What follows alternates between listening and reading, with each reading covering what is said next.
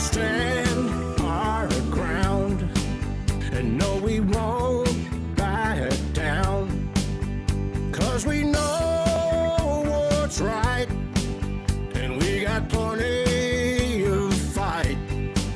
And if you think you're gonna keep pushing us around, well, you'll lose that crown, 'cause we won't back down. We won't back down, baby. There ain't no easy way out. We can't back down, brother. We've gotta stand our ground, and no, we won't back down.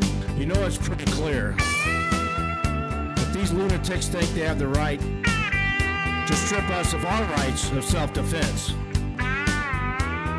And if they're willing to do that, what else are they willing to do?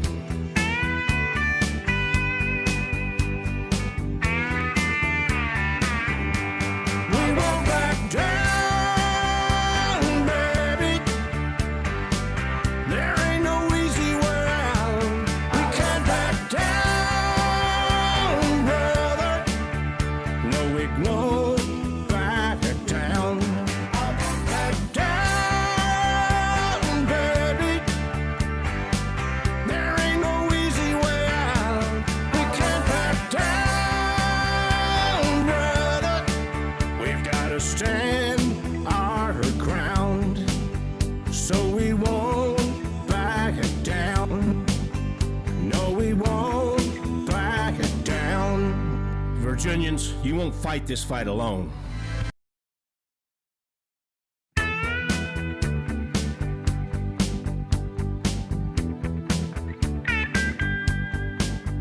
Well, we won't back down. We're gonna stand our ground. We know you're trying to open the gates of hell, but we won't back. All right. Hi, everybody.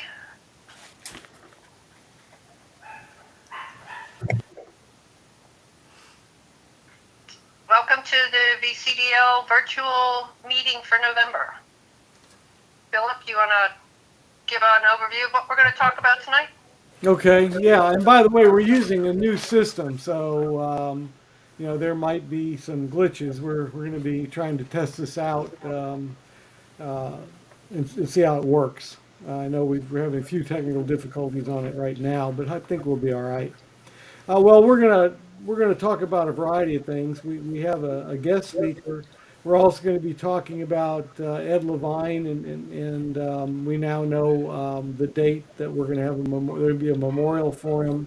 We're going to talk about elections, the dominoes falling with thanks to Bruin, more dominoes, some new ones fell, and we were having some issues with concealed handgun permit issuance in a few locations that are causing some problems.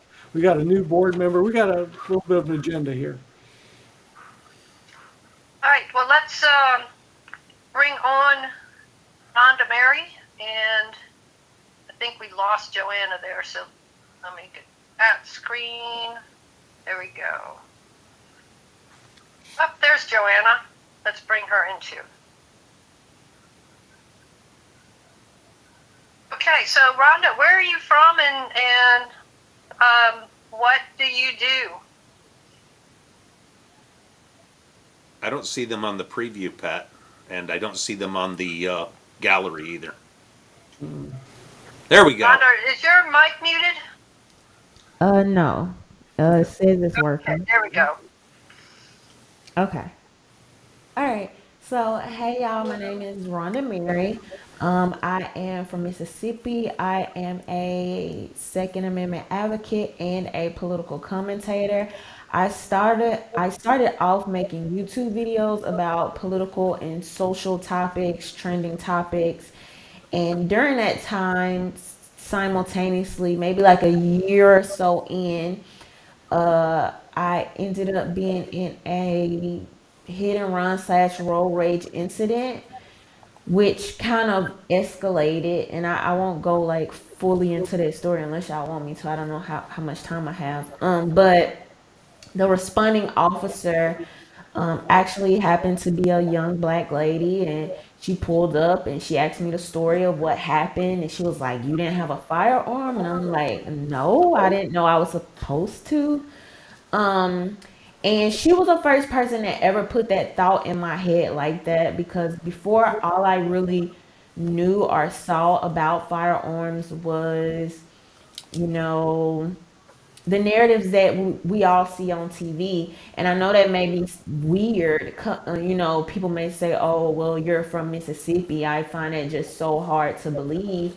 But within my particular demographic, age group, all these other things, female, it just hasn't really been the same discussion. Like, even my family members and people that I knew around me were more so like veterans, not super involved in like a gun community or 2A rights or things like that. But anyway, so she really just changed my perspective and opened my eyes to a whole new world. So like 2 weeks, maybe 2 weeks after that, I went and got my first firearm. And as I started learning, I already had my YouTube channel. So I'm like, okay, I have to talk about this more. I have to let other people know what I'm learning. I have to let people know a different narrative from what we're being fed on TV.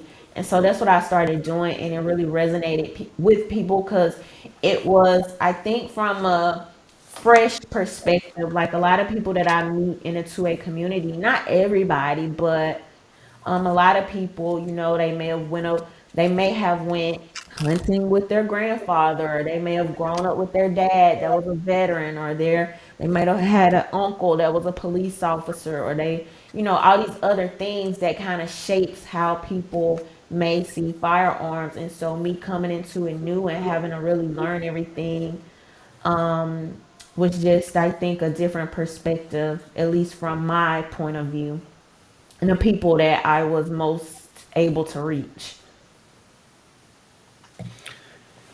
So, Rhonda, we met down at AmCon Yeah. in Dallas just the end of September. And AmCon was a place where 2A advocates that dealt with social media and things like that could get together and share ideas and stuff. And you were one of the speakers. You really impressed me.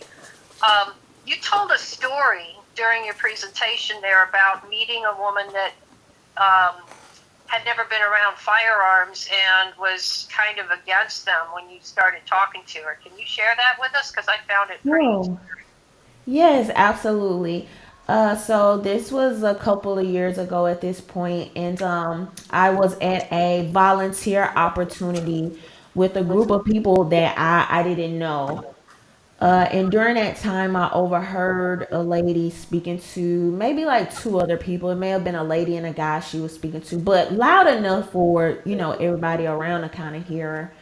And, she was just saying how she was so against guns, and she wished the president would just come and get the guns. And, well, she was talking about she was against guns. That's initially how the conversation started. And so as I'm listening to her more, I'm kind of just picking up on some things about her. And eventually I, asked her, I said, if guns were to be taken away, like, how do you think that would happen? What do you think that would look like? And she said, well, I never really thought about it in that way. And I'm like, okay, well, just think about it. What do you think that would look like? So she basically, to keep a long story short, she basically starts explaining to me like door to door confiscation. And at this time, Trump was president. And so I just asked her, I was like, okay, how do you think that would look in your neighborhood? Like, if police officers came around door to door trying to get firearms from the people in your neighborhood, what do you think that would look like? And she was kind of taken back, because a lot of times when people think about these things, they theorize and they think about them as these grand concepts. They don't really think about them in a day to day, how would this affect me, my family, my community type of way. And so she was taken back and she was like, oh, like I never thought about it like that. And I said, okay, so let's talk about this a little bit more, you know, because I said, I don't think that everybody in your neighborhood would take kindly to officers showing up trying to confiscate their firearms, do you? And she was like, no. And so I was like, well, what do you think? How would that make your neighborhood and your community look during that time? And so I said, let's think about this a little bit more. I said, well, what do you think are some of the reasons that you feel like you're really against firearms? And she was like, well, honestly, I just have a fear of them because my child's father, the child is with him often. And I know that he's a gun owner, but I don't really feel like he's safe. I don't feel like he's super responsible, and I have concerns and fear for my son. And I said, well, have you ever talked to your son about gun safety? Have you ever taught him anything dealing with guns? Told him what to do and what not to do when he's with his father? And she was like, no. And I was like, so you have this immediate pressing concern, but you and I didn't say this part, but in my mind I'm thinking you have these grand theories and hypotheticals about what it would look like taking the guns, but you've never thought about any real-time solutions of not only how those type of ideas would impact your neighborhood, but the things you could do right now to help your son. And she was basically like, no. And I could just see her wheels turning and all these things she was taking in and how it was impacting her. And I said, well, I think that the best thing that you could do for your son is to give him the tools to empower him. So when he's with his father, he knows what to do, what not to do. I said, it'll help you sleep better at night. It'll educate your son. You'll feel more empowered. You'll feel like he's more safe. And it won't be a lot of times when people don't deal with things or they don't have access to it, they think it's more cool, it's more hip because they don't know about it, right? So they start to kind of idolize it. I said you can remove some of those things. And she took a moment to think. And that day before we left the volunteer meeting, she was just basically like, I want to thank you because I just never thought about it this way. And I'm going to take the time to really sit with this and think on it. And what I often tell people is not one time in that moment, in my interaction with her, did I tell her I was a gun owner. I never had a conversation about the type of gun I own. I never quoted the Second Amendment to her. I never said anything about this being my God given right or over my dead body or come take it from my cold, dead hands. I didn't make it about me, right? I think a lot of times because politics has become so polarizing and we feel like every single issue is left and right. But regardless of who you are, everybody wants to feel safe. That's not unique to gun owners. And so it was really about talking to her and finding out what her actual underlying fear was and trying to help cultivate and sculpt a solution based on her life, like her actual life. And so that me having the ability to do that just really changed the way I looked at gun ownership. It changed the way that I decided that I would talk to people when we had these conversations because even a lot of people that consider themselves to be anti-gun, us gun owners, we know that we know the underlying problems with that, the possibilities of even, what could happen to a country that loses its gun rights and all these things. However, a lot of people's underlying thing is fear. And so, if we can help resolve that in a way that makes sense to people, I think a lot more people will be open to it instead of creating a hostile environment that makes it hard to talk to people that are different from us. Well, I think one of the things that happens too is the other side loves little sound bites. They really don't want you thinking in depth about what they're talking about. They just want you to accept the sound bite and then, go against guns. Not without really thinking about all the implications. Because they don't have really good logic and reason. And what you're talking about is just a classic example of all you have to do is give somebody some information, and it can totally change their perspective. Yeah. Go ahead, Pat. So one thing I found profound with the story that you tell is that instead of arguing with her or calling her out, you started asking her questions and kind of led her to her own conclusion that you offered solutions, but you didn't force anything on her. You kind of let her come to the conclusion that maybe there was a better way than just wiping the guns off the street. And, I mean, one of her primary goals was to avoid violence, and you pointed out to her that violence would be the way that the guns were taken from the gun owners, the lawful gun owners. Yeah, that whole concept that she used of leading the person to their own conclusion is an excellent way to do it. That will often get results much quicker. And all it is you're just merely opening up doors in a room the doors were closed. They came in the room and said, "I want gun control," and they hadn't actually opened any of the doors that would be open if you actually implemented what they were thinking about. You just opened the door and said, "Look in here, and what do you see?" And that And worked. it's so interesting because this goes like beyond guns when we're talking about those sound bites that you mentioned, because we are in a time where it's this weird dichotomy, because even though we're in a time where we have the most information available to us, ironically, it's so much information that's hitting us at one time that we're really just taking bits and pieces.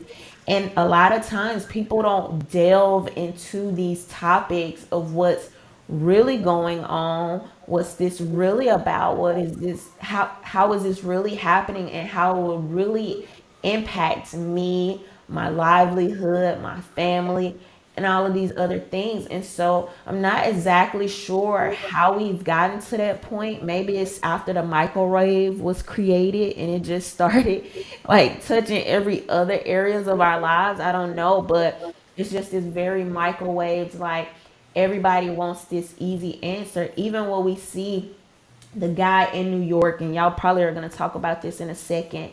I believe he was in New York, and it may have been New Jersey.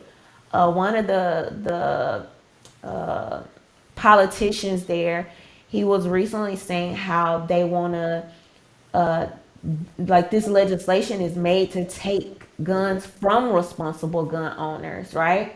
Yep. And they just come up with these ridiculous methods of, oh well, you can only have this many rounds in a magazine, or your barrel, shouldn't be this long or this short, or it's like all these ridiculous things that really don't solve anything. And sometimes people get so stuck into just do something, and just doing something doesn't always mean doing the right thing.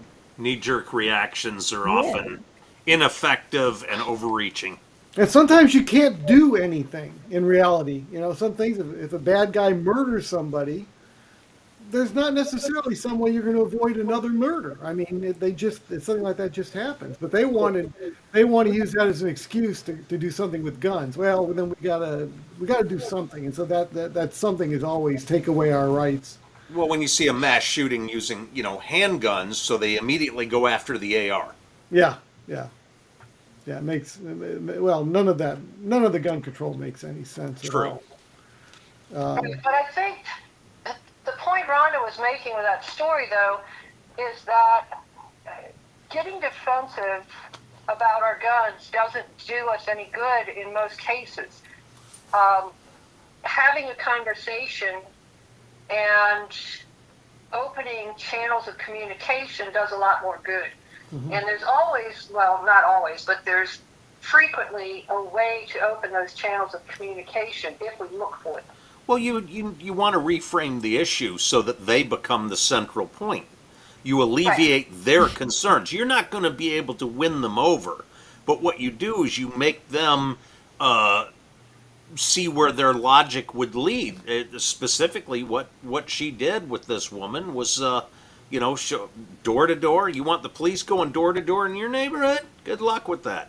Right. Mhm. And also, uh, this generation is a lot focused on identity and, myself, like self care and all these other things that really is some form of I don't want to say narcissism, but it's just a different generation where people want to know, like, how does this affect me? How does this affect me? What can I gain from this? What can I learn with this? What can I do with this? I think a lot of people are kind of moving more to, that individualistic Well, identity it's when it comes to selfishness a in a lot of way. things. It's selfishness. I mean, And we can it use doesn't that affect to our me. benefit. Yeah. If it doesn't affect me, then I don't care what happens to you. We That's the wrong attitude. we can use that to our benefit when we're kind of shaping, some of these issues, because if some people don't care about statistics, Yeah. like some people don't care about, and not to say those are the best people. I do think we should care about other people, and not even to say some people don't care. Maybe let me reframe that. I think some people's and most people's first priority is, okay, well, how would this impact me? And if we're able to shape that in a way that makes it relatable, I Mm, think kind of yeah. changes the dynamic of those conversations. Yeah. Oh, You and try to You're on find a way point. to make it about them. Right. It- Rhonda, that's a fantastic narrative. And I think you really hit the nail on the head that this generation is different from anything we've ever seen. And they are very me focused and they are very, you know, uh, at least self absorbed to a point. And so, if I really like that, hey, if you're not, like the woman had told to you, or if you're not taking care of yourself, you mean you don't have a gun? And you're like, no. It's if you're not taking care of yourself, and I think that's a way that we can spin it to the younger generation. I, Yeah. you know, I don't know about selfish and self-absorbed and all that. I think it's just parochial. I don't think they've ever been forced to look outside themselves, and they don't necessarily know what the repercussions are. Yeah, I'll say that that's probably true. When I went to college, for example, they were teaching you to think outside the box, that you didn't need to march in line. You needed to find new ways to do things. The people you respected were the ones that kept looking, finding new things. Now it's the opposite. You get in line, you march in line, and if you step out of line, if you think outside the box, you're a misogynist, you hate, you're racist, the whole bit. So they're not being exposed to anything other than just their own little world, and they don't. In fact, they dare not step too far out of that, or they'll get pounded by other people for stepping out of line. So the software isn't giving me the name of the person that made this comment, but there was a great comment made. There are some great ideas, and Rhonda is rocking the narratives. She's got a great point of view. One of the things that I find when discussing this online is that the pro-gun control people don't want to think about the facts, reason, and right. It's entirely emotional for them. So you have to approach it from a personal and emotional perspective. Yeah, Yep. that certainly helps if you can do that. We don't, as gun owners, we Yeah. don't tend to throw emotion in because we've got logic on our side. But there are people that logic doesn't mean anything. It's got no Correct. meaning. Absolutely. Right. Yeah, I was having a Yeah. discussion with one anti-gunner, and I started bringing up some of the Supreme Court cases that basically said, you're responsible for your own self-defense. The police are not going to be there to protect you, so your self-defense is on you. And every court case I brought up, one of them would look at the other. Yeah, they told us about that one. And completely discounted the logic, 100%. And just, I'd set them up, and they'd knock it down. It didn't matter what you said. Yeah, in a way, But when you put a personal perspective on things, it does make a difference sometimes. And that's what we tell people going to Lobby Day and talking to the legislators, which Lobby Day is coming up in January. It's always on Martin Luther King Day. And Rhonda, this is a day where we encourage all of our members and gun owners in Virginia to go to our General Assembly. The session is just starting for the year, and we have a list of the gun bills, good and bad, and we go and visit every single senator and delegate. We send teams with the packets of the gun bills and what our position is on them. And it's a great time for our members to get face time with their senators and delegates and actually talk to people about why they want a certain bill to go through or not. Yeah, and Rhonda hit it also. Rhonda, what you did, of course, when you were dealing with that one woman, young woman, was that you did make it personal for her. In a way, you made it sound like, well, how would you like the police to knock on your door and then start asking you where your guns are and maybe come in the house and take your guns? How would you like that to happen to you? It's like, whoa, I hadn't thought about them knocking on my door. How do they know I don't have guns? You know, so I think that probably hit her pretty well, I would think.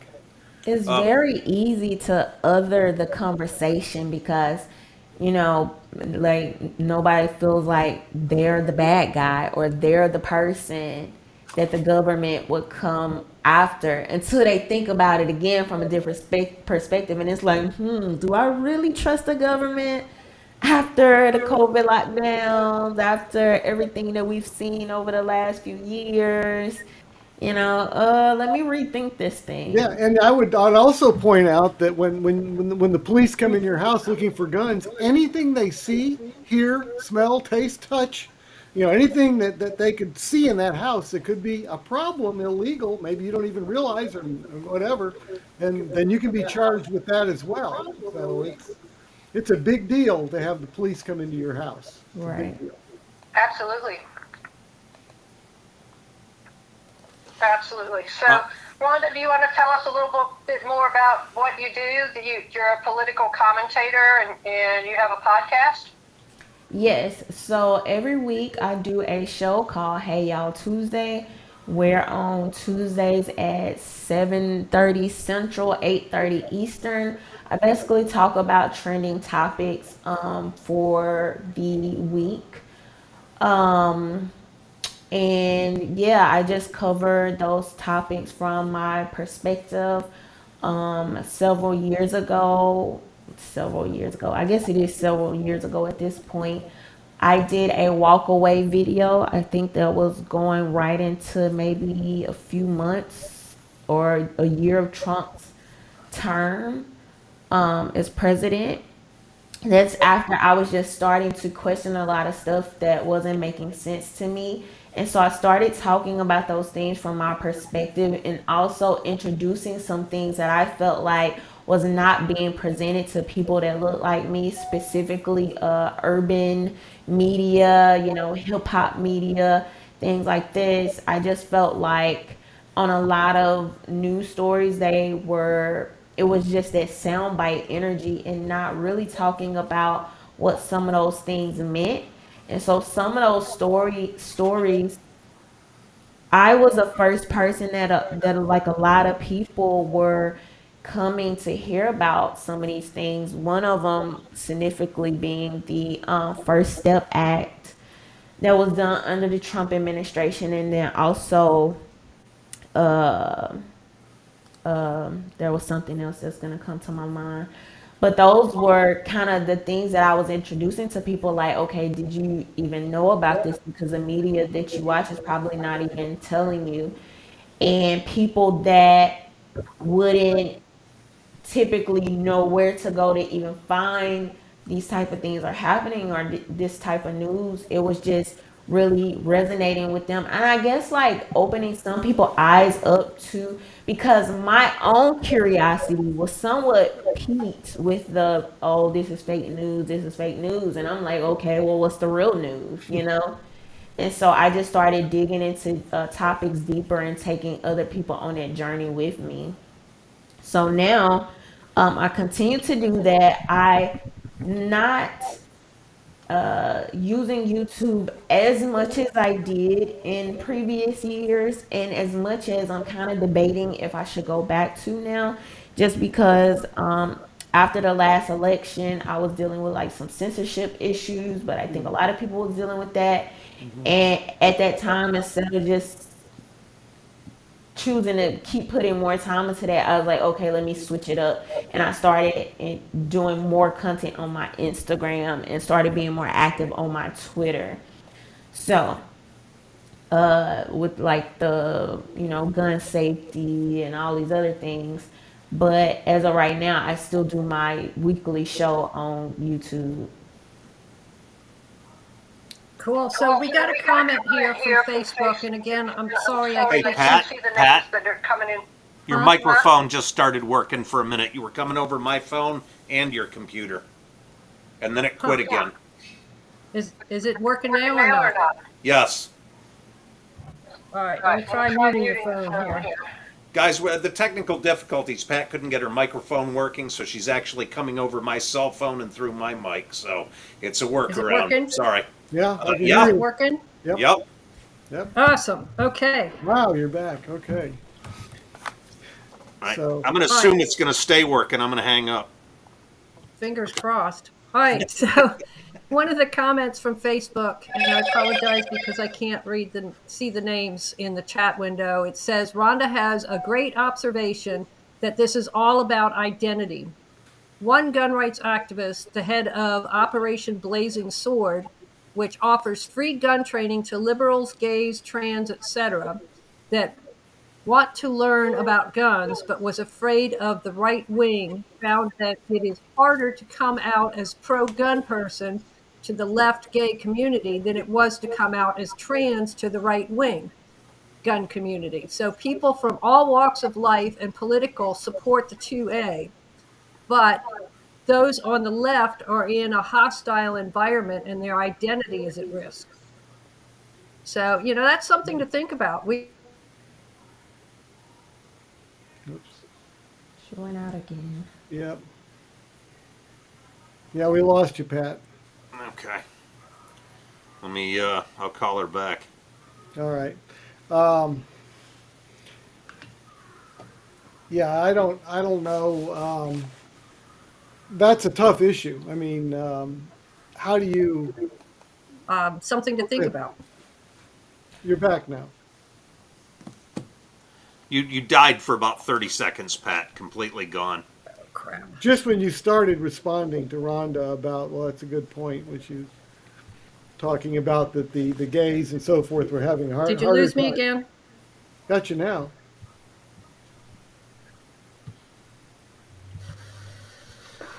Pat lives on the edge of the internet. I think that Philip was saying that that's kind of a tricky thing to, because how do you deal with that when it's basically, some people are feeling like they're in this group or demographic that it may be hard to come out. Yeah, and ironically, they're going into the closet when it comes. Yeah.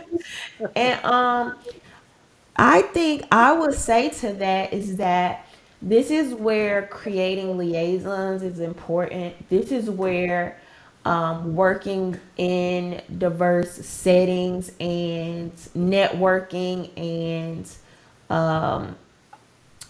extending olive branches is so important because there is something to be said about that. There is something to be said about that. I myself had heard about guns. I probably knew gun owners, not people that talked about it like a lot, but every narrative that I was getting on TV was anti-gun, right? It was, oh, guns are for thugs, guns are for school shooters, guns are for racists, guns are for old white Republican men.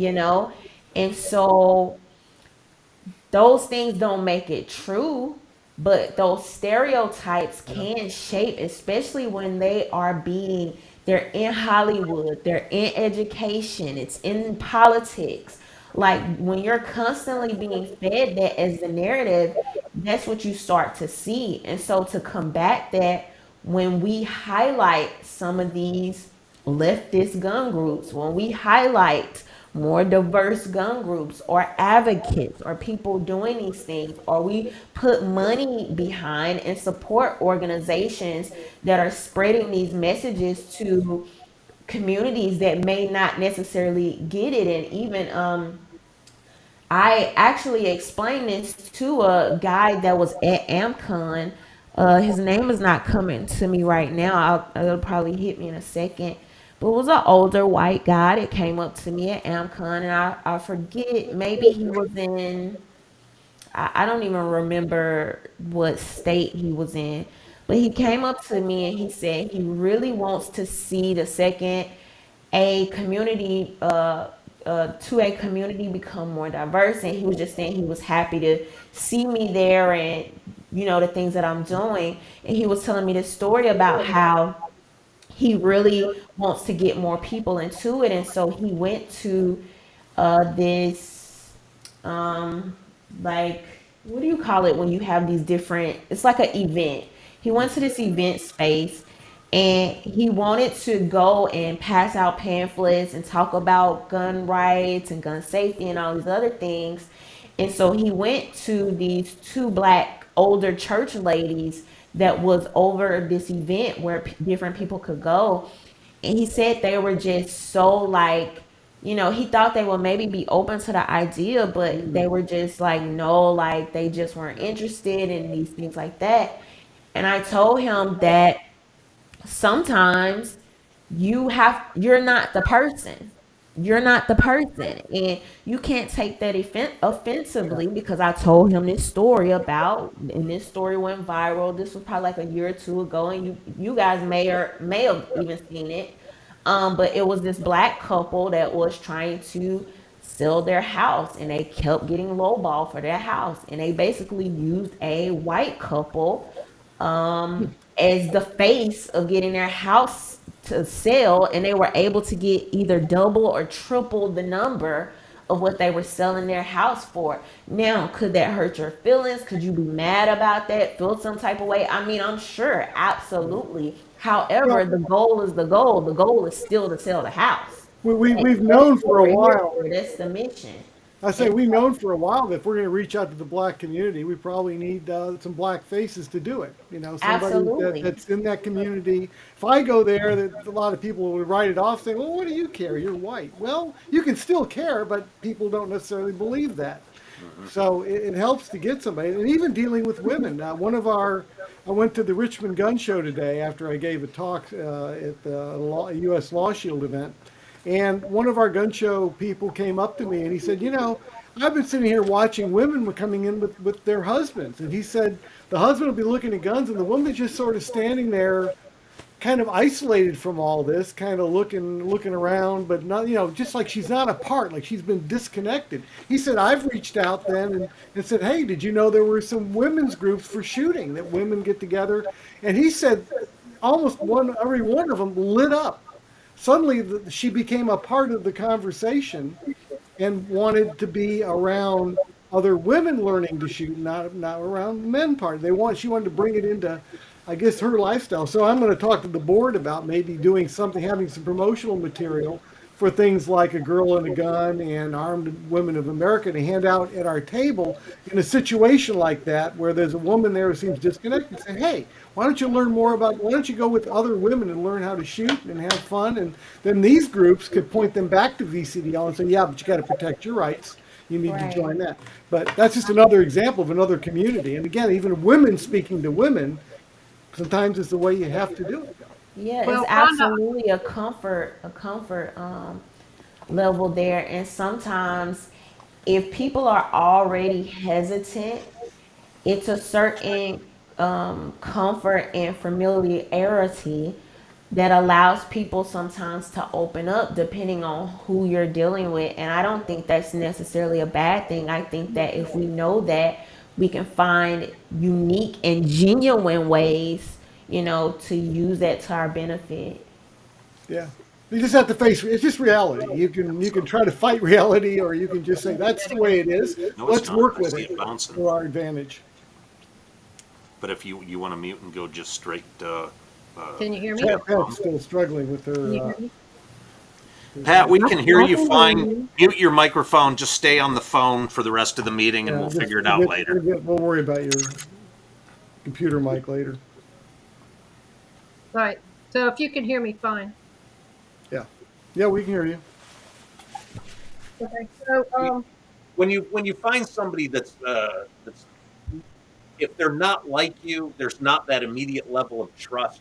There's a certain level of trust that starts out with this person is like me. They don't have ulterior motives, or they might, but that feeling isn't quite as strong. And the farther, the more different you get, the wider that gap is, the wider the chasm between the two. So yeah, if you have representation that is like your audience, you're going to have a better reception initially. So, right, and I, I was going to say, so Rhonda and Joe, I don't know if you have the same experience that I have, but when I go to the range, I find it welcoming. But I know a lot of women, when they go to the range or when they're thinking about going to the range or taking shooting lessons or something like that, they're afraid of excessive testosterone or being rejected because it's a man's world or something like that. I haven't found that to be the case. I don't know if you guys have or not. Absolutely. I hate the range. It's, I'm always doing something wrong and I'm always getting yelled at for it just because I'm ignorant, I guess, of, you have to stand here, you have to do this and you have to do that. And of course, I don't want to do anything unsafe, but when you're just new and starting out, you don't know these things and it comes across as very aggressive and I don't, but maybe that's just the area that I live. Well, it could just be again that this is important, for example, to women to have the. I mean, I know when I was taught how to teach women for the NRA for because I'm an instructor, they had a whole different environment. They said with men they tend to have a more rigid structure, and women are more social. They sit down at a round table and they talk. There's no person standing up dictating. You're all sitting down.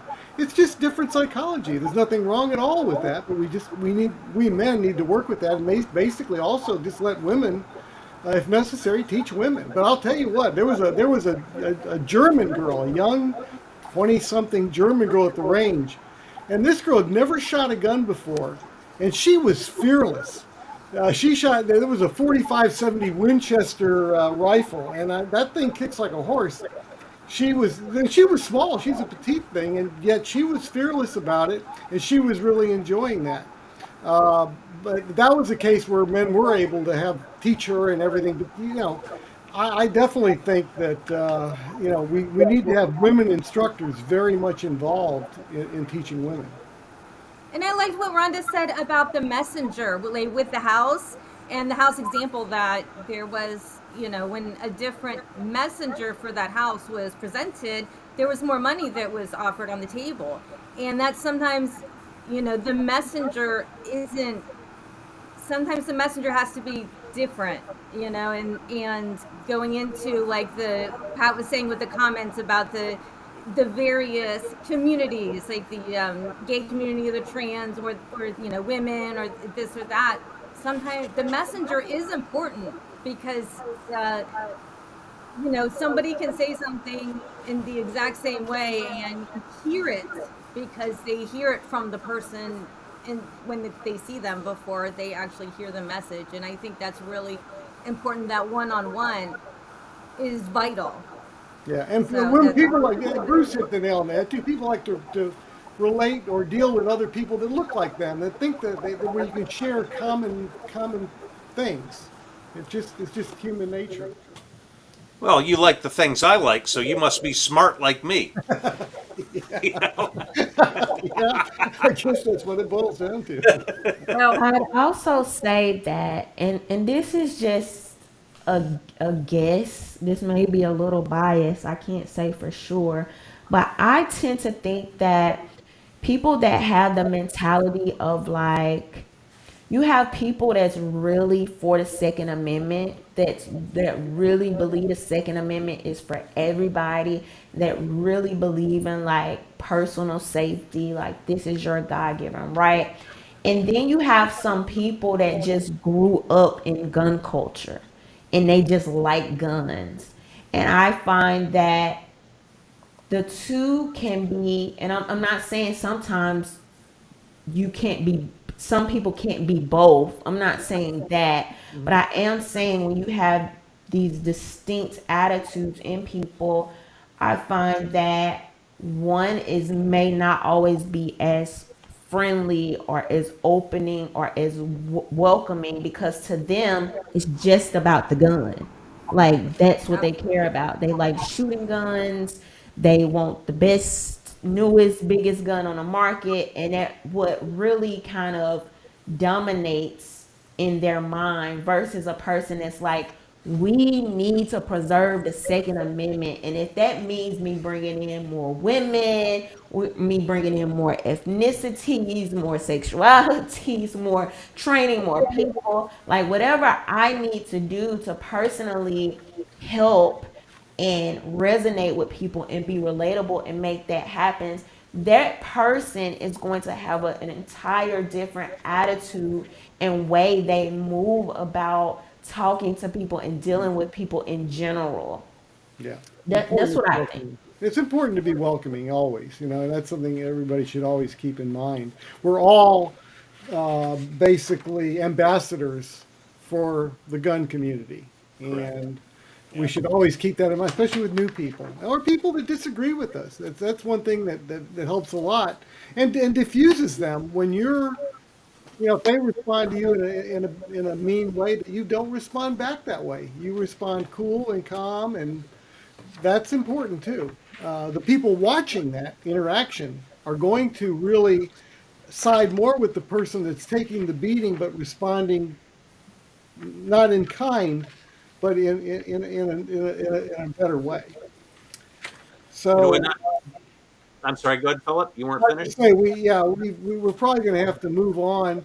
Do you have Pat? Do you have her information as far as how people can listen to Rhonda's podcast and all that stuff? Can you post that on the social chat or something? Well, Or her website is posted with her name on the YouTube channel, at least. Rhonda, okay, why don't you go ahead and give your web address and your Instagram and all hmm your other sundry items. Okay. So thank y'all so much for having me. Hopefully you'll have me back again.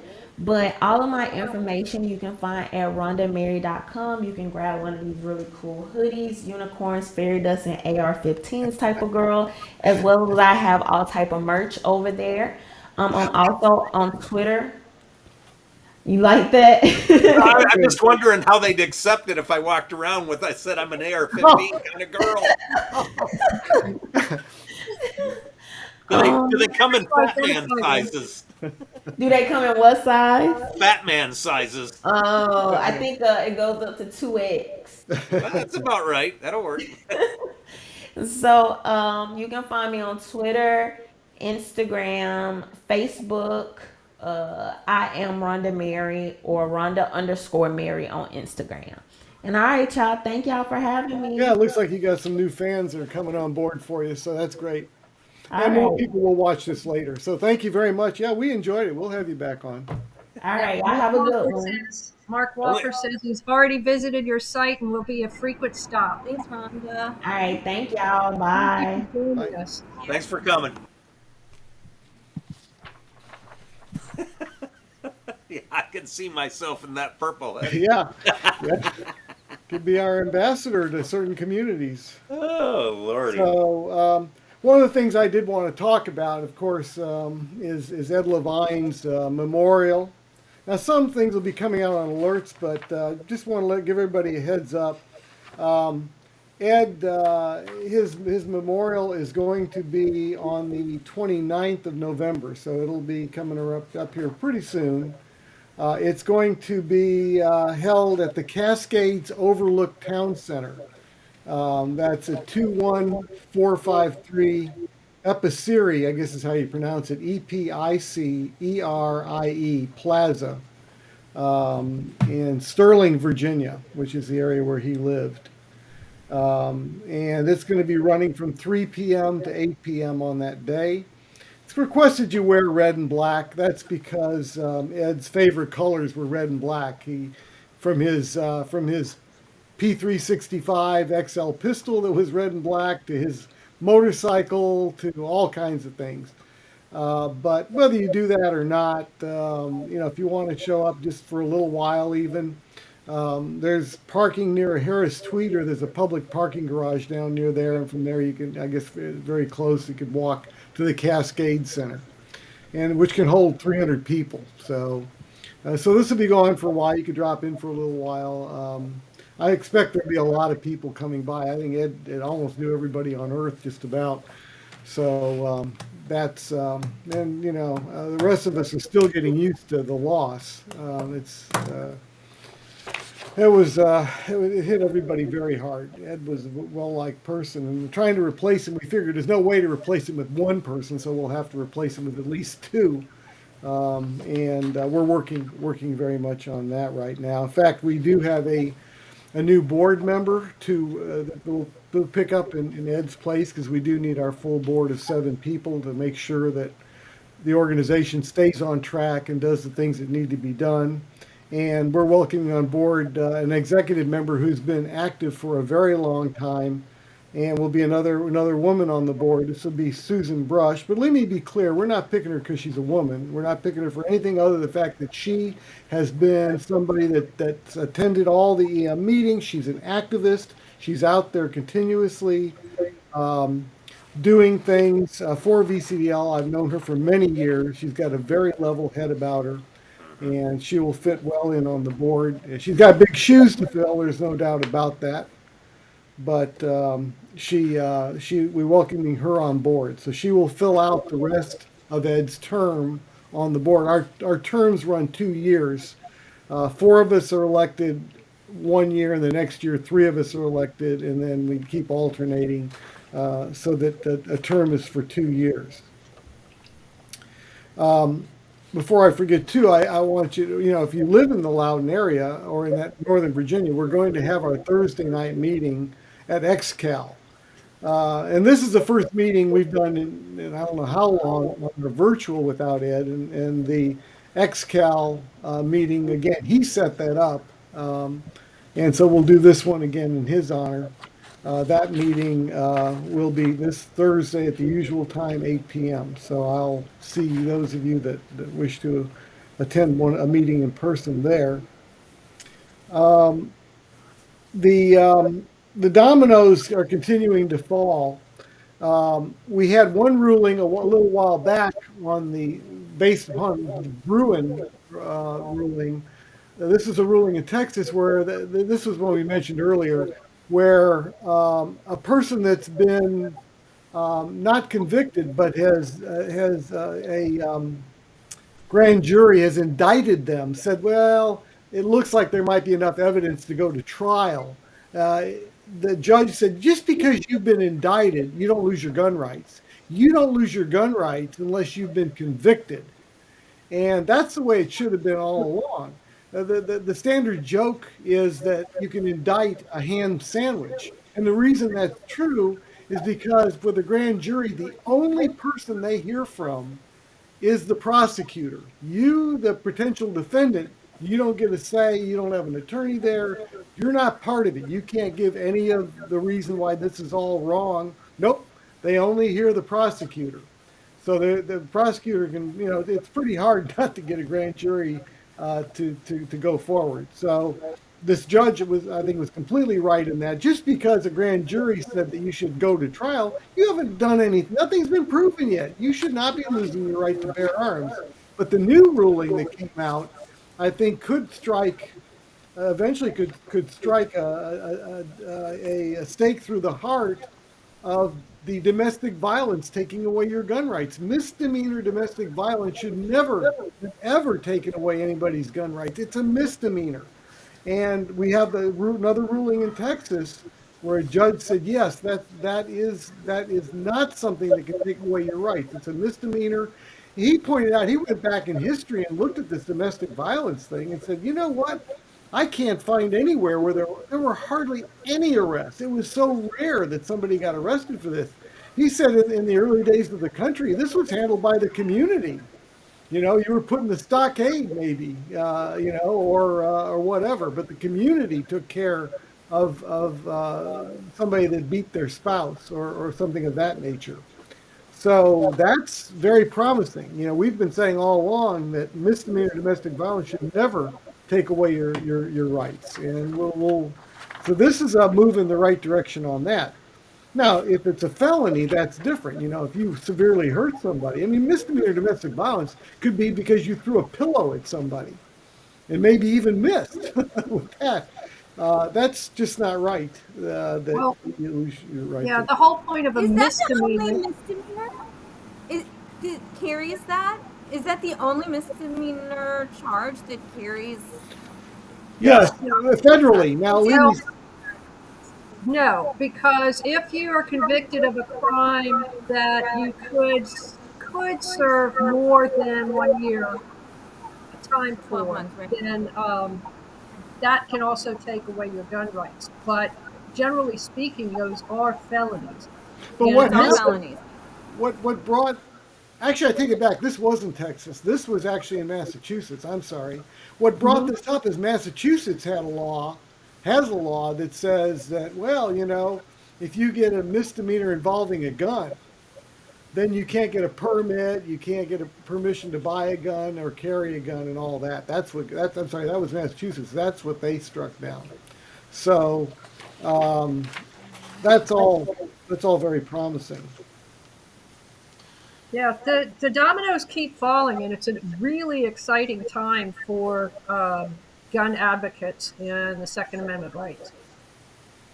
We've been having some problems with concealed handgun permits, and this was a situation that just came up that we thought we'd solved with Fairfax County, because we you know, if there's an issue in Fairfax County, I've got the cell phone for the clerk up there, Clerk Fry, John Fry, and if there's a problem, I can pick up the phone and call him and say, "Whoops, you know what happened here?" And he's very responsive and he usually takes care of it. Often it's because they've got a new person working and they've got a million things to learn, and somehow they something missed on concealed handgun permits. And in this case, people that renewed their permit between 90 days and 180 days before their existing permit ran out should have had their new permit picking up where the old permit left off. So but we're finding out that there were some screw ups there, and people were getting their new permit and it was picking up on the day that the permit was issued, which could have been a month, 2 months, or even a little bit more, up to 4 or 5 months, before their old permit expired, which, was total goof up. So We had another one of those today, Philip. another one. This is four. We had 4 of them now. Yeah. Yeah. So this is something that we're going to have to work on. This is why we have to keep our eyes out. If you see anything, you got to let us know. It's a big state. There's lots of localities, lots of jurisdictions, and you just never know when something like this is going to rear its head. It may not be malicious. We don't right away assume it was malicious when we see these things happen. We assume it's a bureaucratic goof up, and usually it is, and can usually be fixed. Yeah, So, one of those was from Hopewell. So yep. there were a couple from Fairfax and one from Hopewell. Okay. But, Yep. yeah, so if that does happen, A, let us know, and B, contact the clerk of the court and explain to them, and just say, I think you made a mistake, that I applied in that 90 to 180 day window, so my new permit should take effect when the old permit expires, and hopefully they'll just fix it. Yep. So The- we'll take care of that. The one we had from Fairfax today, he actually stopped in because he didn't want to bother getting a government issued type check, so he had he had cash on him, so he stopped in, and I told him, I said, just call the clerk, but what you can do is scan your old permit, your new permit, and the receipt, and just fax it to the clerk, or scan it and email it to the clerk, and tell them what happened, and I'm sure the clerk will make it right. Either way, get in touch with us and let us know whether he fixed it or if you're still having issues. But I told him make sure you were, because he did his so early. He didn't give the days of the month, so he may have been outside the 180-day window. I don't think he was, but he may have been. So I told him to verify that as well. Okay. We also have Winchester, by the way, now has removed from their ordinance parks and permitted events. So that's gone. I know the judge struck it down, but now it's not even in their ordinance. So there's just absolutely no doubt that if you live in Winchester now, that problem is fixed. Now, community centers are still there. That's still got a ban, and we're going to go to court over that. But you can now, in fact, VCDL needs to have a picnic. But unfortunately, it's winter now coming up. But come spring, I think we'll be having a picnic out that way. So, but that was a nice win. We're moving forward on a few things. Unfortunately, I can't go into details, but trust that we're moving forward on this with other localities. There will be more things, as well as the General Assembly. I have a bunch of bills now that the people have said they will carry for us. I've got commitments on it, so it's going to be an active session at the General Assembly. It'd be nice to have a good turnout because we are definitely pushing back on all kinds of things. Whether we'll get them all solved, well, maybe, maybe not. But we're not going to sit still, and we're definitely going to push forward. And I think we're going to get some forward traction. But We get a lot more solved when we have a lot more people showing up on lobby day. So, folks, remember the day. I believe, let me double check. I believe January it's the 16th. 16th this year. Yes, it is a holiday. Yes, the General Assembly's open. Yes, we're having lobby day. Sorry.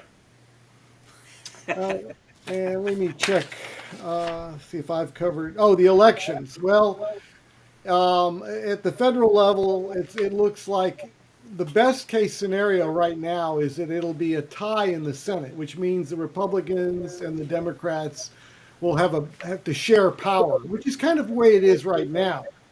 And it still looks to me, based upon the maps I'm looking at, that of outstanding areas, that there's a really good chance the Republicans are going to take control of the House, which means we'll have a different speaker, somebody that's not, hopefully, that's nowhere in the anti-gun category of the speaker we have now. We'll see. This has taken a long time, but the Republicans, I think, need 7 more localities, and let me check to see if that's changed. Phil, also yeah. got to tell them about the tiebreaker in the Senate if it's an equal split. Yeah, I know. Then it goes to Kamala. Lieutenant Governor. Yeah. So that's a tie isn't good, but all we need in a tie is to get one Democrat to come along with us to protect rights. But right now, the Republicans need 6 votes now. It went up another one, so they only need 6, and they've got like 8 or 9 districts outstanding that are what the map I'm looking at are colored pink, which means leaning Republican. So they stand a really good chance of pulling this off. And let's hope they do, because that'll be a firewall against gun control, hopefully, if they can control the House. So we'll see how that goes. We have, of course, in 2023, major elections in Virginia. And I just want to keep reminding you, have your mind set. We need a major turnout in Virginia on an off year, because it's a full election for the entire House, the entire Senate. It'll allow us to completely rewrite the General Assembly. And that's going to be really important in 2024. There's a lot we can get done. We can really turn things around, but gun owners better be active in this. Keep spreading the word. If you're working gun shows, everybody you talk to, tell them about 2023 elections, and be there or be square. Folks, half the homes in this state have guns. If gun owners all voted, we would rule the state. There is no question about it. If gun owners lose traction, it's gun owners' fault. That's right. Yeah, and so I think we would be remiss if we didn't talk about Lobby Day a little bit more. It's so vitally important that people show up for Lobby Day. Yeah, it's cold. Yeah, it's a holiday that you would rather spend shopping or whatever, but it's FaceTime with your senators and delegates. And the massive amounts of people walking around the halls of the General Assembly with Gun Save Lives stickers on has an impact. If it didn't, they would not have passed a law banning guns in the building And and let in me Capitol. step in here. I need to run. I got to do something. So I'm going to check out. Pat, you can tie up the Okay. meeting. All right. Bye. Okay. Quick story on the orange stickers. So many years ago, when we first started doing it, I think we were like our second or third year of the orange stickers. And when you have that many people at General Assembly, you have ears and eyes every place. Where one of our people was behind a couple of employees at the General Assembly.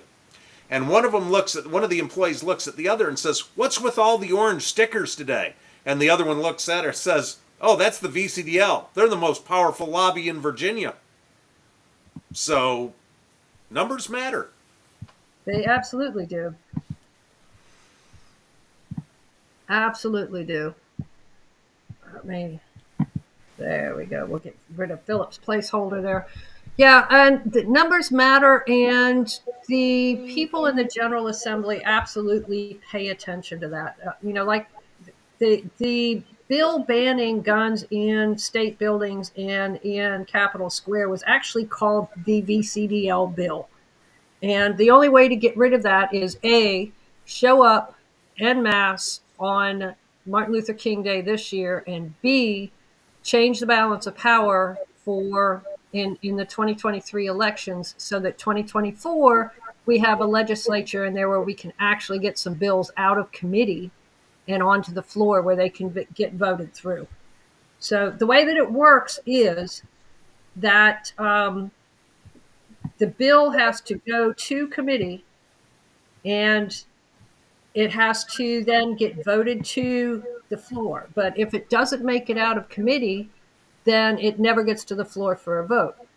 So the committees are appointed by whoever is in power.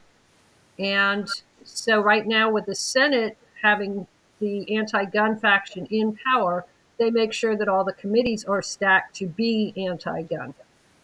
And that's just something that we have to try to work around for this session. But 2024, we can change the balance of power. We need you there. You need to be there. If you want your rights, if you appreciate your rights, show up. Drag people. Duct tape, Yes. Velcro, handcuffs, whatever you got to do, get them down there. And if you have school age children, bring them. It's absolutely educational. They Very much. learn about how to interact with the government. They learn about how to talk about legislation, how the system works. Um, I've led teams that had kids on them several times. The kids always steal the show, but it is very educational. Let me see what some of these comments say. And while you're looking that up, it's funny when they've had the Million Moms or whatever group buses kids down there, and the kids are all holding their signs. As soon as they're done with whatever the press conference, the kids would come over and ask for stickers or buttons or whatever that said "Guns Save Lives." So they're not in. Most of them aren't into the anti-gun side. Yep. So we have another comment here from Facebook. And let me see. That's from Mark Walker, who's made several comments tonight. Excellent comments. Said, Bruce, you forgot something. Democrat gun owners still vote Democrat because the second is not their priority. And that's something. If the second is not their priority, they're not. They might have a gun, but they're not gun owners. You know what I mean? Yeah, and that's something that we can go back to what Rhonda Mary was talking about earlier, is talk to them and make it about them and make it personal for them and try to lead them into deciding that gun rights are a priority. That's all we can do is try, but never give up, because the other side is absolutely not going to give up. So. All right, so let me glance through the comments here and see if there's anything else that I see. Uh, do. Haven't been since we did one. Okay, so, and this is Jonathan York, and he says, haven't been since we did 1 year outside. Do they allow you back on with your firearm, or are they still banned? So the executive orders banning guns were turned into actual law. So the current governor cannot rescind the executive orders because they're now law. So we have to get the laws repealed that build guns, ban guns in state buildings, state parking garages, and in Capitol Square. So until those laws are repealed, we cannot legally carry on Lobby Day. Which is why you need to Is show that what up. happened in DMV? Go ahead, Joanna. It Like was in hard to hear you. DMVs?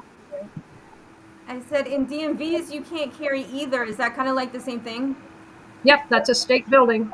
Yeah, that was covered under the executive because it basically, when the governor did the executive order, it was the executive branch, and the DMV and the ABC stores are part of the executive branch.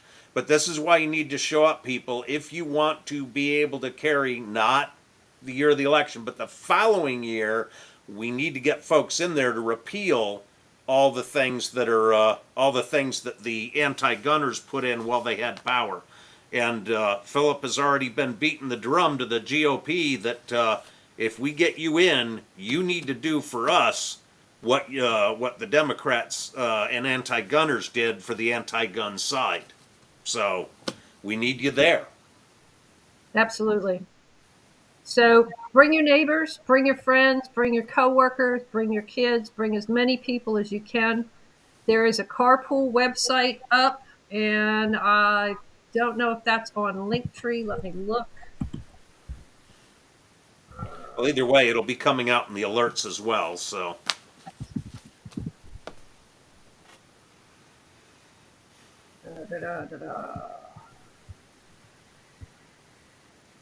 I don't see it on Linktree, but it will be coming out in the alerts.